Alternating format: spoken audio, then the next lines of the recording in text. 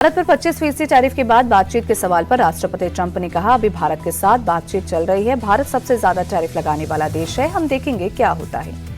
राष्ट्रपति ट्रंप ने भारत पर 25% टैरिफ का किया ऐलान। कहा, भारत रूस से ज्यादातर हथियार, तेल और गैस खरीद रहा है, इसलिए जुर्माने भी वसूलेंगे।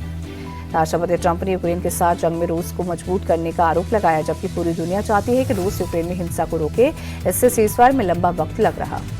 राष्ट्रपति ट्रंप ने पिछले 24 घंटे में 2 बार भारत पर 25% टैरिफ का ऐलान किया। कहा, भारत दोस्त है, लेकिन टैरिफ बहुत ज्यादा होने की वजह से हमने पिछले कुछ सालों में उसके साथ कम व्यापार किया है। ट्रंप के टैरिफ और जुर्माने के ऐलान के बाद वाणिज्य और उद्योग मंत्रालय ने दिया जवाब। कहा, सरकार इस कदम के प्रभावों का अध्ययन कर रही है और अपने राष्ट्रीय हितों की रक्षा के लिए सभी कदम उठाएगी। बीजेपी सांसद प्रवीण खंडेलवाल ने ट्रंप के टैरिफ के ऐलान पर कहा, भारत सरकार निश्चित रूप से इस पर संज्ञान लेगी, हमें सरकार की प्रतिक्रिया का इंतजार करना चाहिए। आम आदमी पार्टी सांसद संजय सिंह ने ट्रंप के टैरिफ के ऐलान को बताया भारत का अपमान। कहा, पीएम मोदी को इसका बड़ा विरोध करना चाहिए और अगला कदम अपना स्पष्ट करना चाहिए।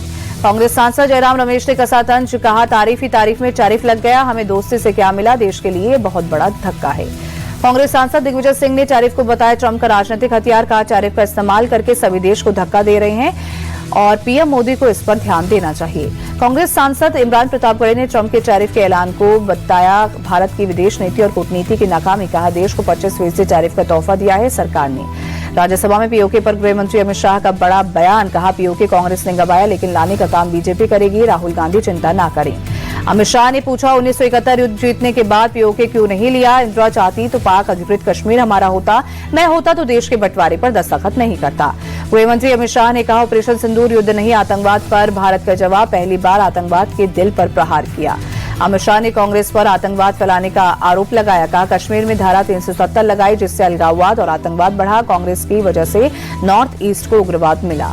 अमित शाह बोले, कांग्रेस के समय में आतंकवाद की जड़ें गहरी हुई, कश्मीर में आतंकी घटनाओं में 70% कमी आई। आतंकी जहां मरेंगे वहीं दफन होंगे।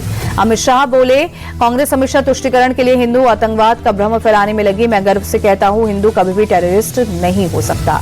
ऑपरेशन महादेव पर सवाल उठाने वालों को भी अमित शाह का जवाब। हर हर महादेव सिर्फ धर्म का नारा नहीं, कांग्रेस हर बात हिंदू मुसलमान की नजर से देखती है।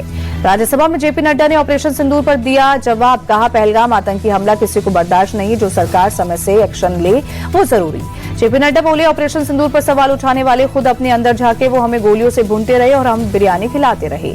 ऑपरेशन सिंदूर पर राज्यसभा में विदेश मंत्री एस जयशंकर का जवाब। कहा, हर मंच पर पाकिस्तान को किया बेनकाब, दुनिया ने देखा भारत ने कैसे जवाब दिया। एस जयशंकर ने कहा, सीजफायर में किसी तीसरे देश का हाथ नहीं, खून और पानी एक साथ नहीं चलेगा। दिल्ली एनसीआर में जोरदार बारिश, कई इलाकों में पानी भरा, ट्रैफिक की रफ्तार पड़ी धीमी। दिल्ली में बारिश के बाद खुली सफदरजंग अस्पताल की व्यवस्था की पोल, इमरजेंसी की तरफ जाने वाली गैलरी में छत से पानी टपकता आया नजर। सफदरजंग अस्पताल के बाहर भी बारिश के बाद हुआ जल जमाव, मरीजों के अस्पताल पहुंचने में हो रही मुश्किल। यूपी के प्रयागराज में भारी बारिश के बाद गंगा और यमुना का जलस्तर खतरे के निशान के करीब पहुंचा, बाढ़ जैसी स्थिति बनी।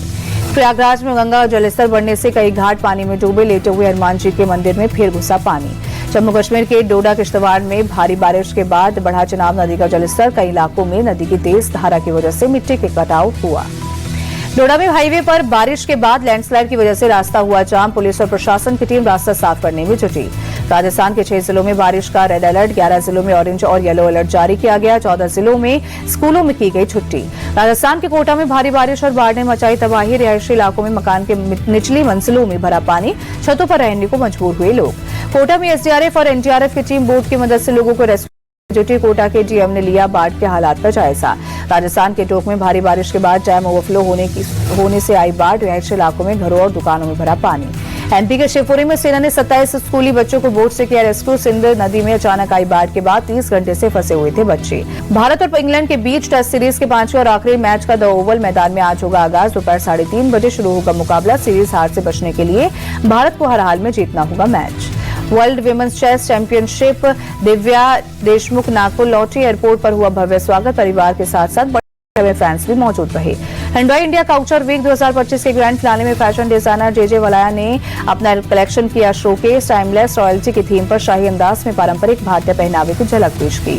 वलाया के शो में सैफ अली खान के बेटे इब्राहिम अली खान और रवीना टंडन की बेटी राशा ने बतौर शो स्टॉपर लिया हिस्सा। जेजे वलाया के साथ रैंप पर आई नजर।